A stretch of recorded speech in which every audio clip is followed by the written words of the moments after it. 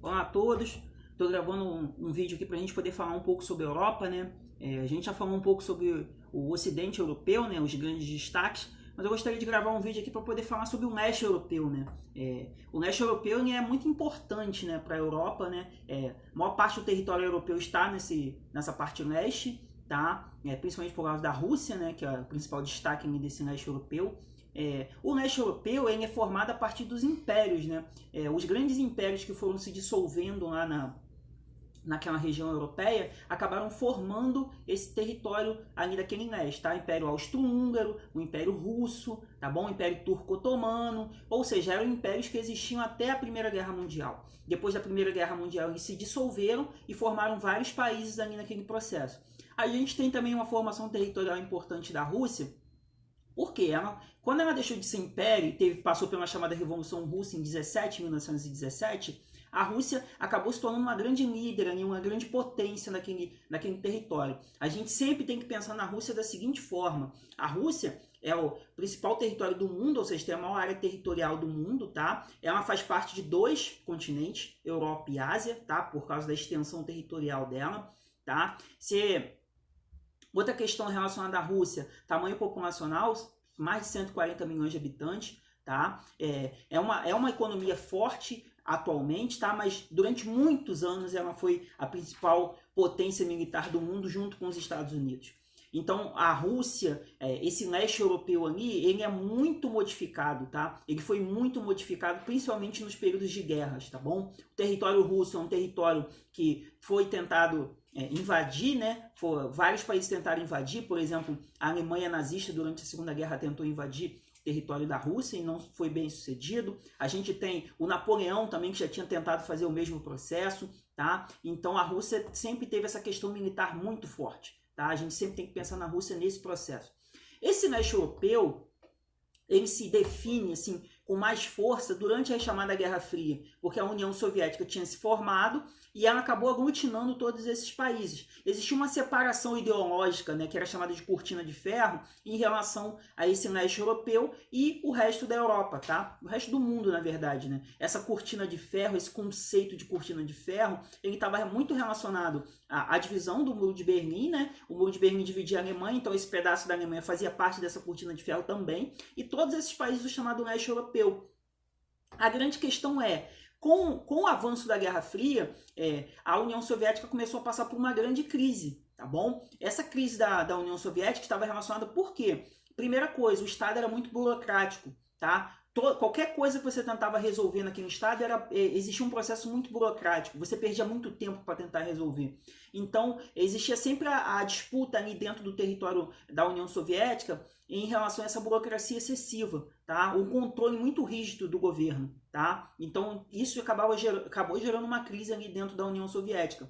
Uma outra questão foram os gastos com recursos militares e espaciais, porque tecnológico, porque estava ali no auge da corrida espacial e armamentista com os Estados Unidos durante a Guerra Fria. Então gastava-se muito com isso, mas ao mesmo tempo a população vivia em condição de extrema pobreza, a desigualdade social aumentando, então existia uma pressão interna dentro daquele governo. Então o ápice, né, podemos dizer assim, para aquele governo ali começar a chegar ao fim dele, foi o quê? As reformas estruturantes, tá, que o Mikhail Gorbachev tentou fazer a partir de 85, que foi as chamadas Perestroika e Glasnost. Tá? A Perestroika era uma abertura econômica para poder comercializar produtos com outras nações, porque a União Soviética era fechada em relação a esse processo, e uma abertura política, ou seja, diminuir a burocracia dentro do território russo, dentro do território soviético. A partir disso, a crise começou a aumentar, aí a gente teve a questão da queda do Muro de Berlim em 89, então aquilo ali já gerou o início do fim, podemos dizer assim, né, da União Soviética, e em 91 a União Soviética se desmaterializa, ou seja, existe o término da União Soviética e os países começam a se separar dela, ou seja, são formados vários países. Só que a grande questão aquela região ali dos Balcãs, o leste europeu, é uma região com povos, com culturas diferentes, e aqueles povos estavam todos sob domínio da Rússia, no caso, né,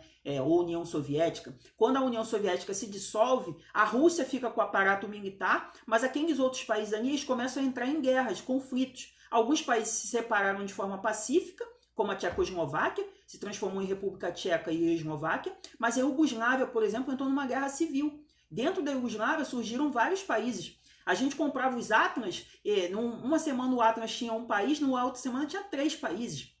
Surgiram países ali dentro, Croácia, Bósnia, Montenegro, ou seja, dentro da Iugoslávia vários povos surgiram. Então aquilo ali acabou gerando grandes guerras civis dentro daquele leste europeu. Então o leste europeu atualmente, ele busca se inserir na União Europeia, mas ele passa por grandes crises, por quê? Ele durante muitos anos ele não investiu em relação à sua economia.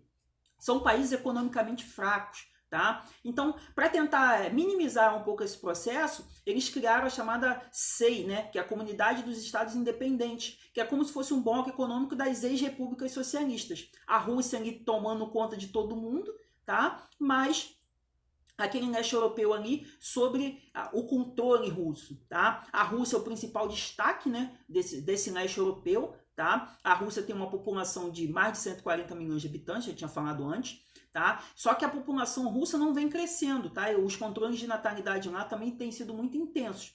O crescimento vegetativo da Rússia tem sido negativo, ou seja, tem morrido mais gente do que nascido, tá? Então existe uma diminuição, a tendência é diminuir a população, tá?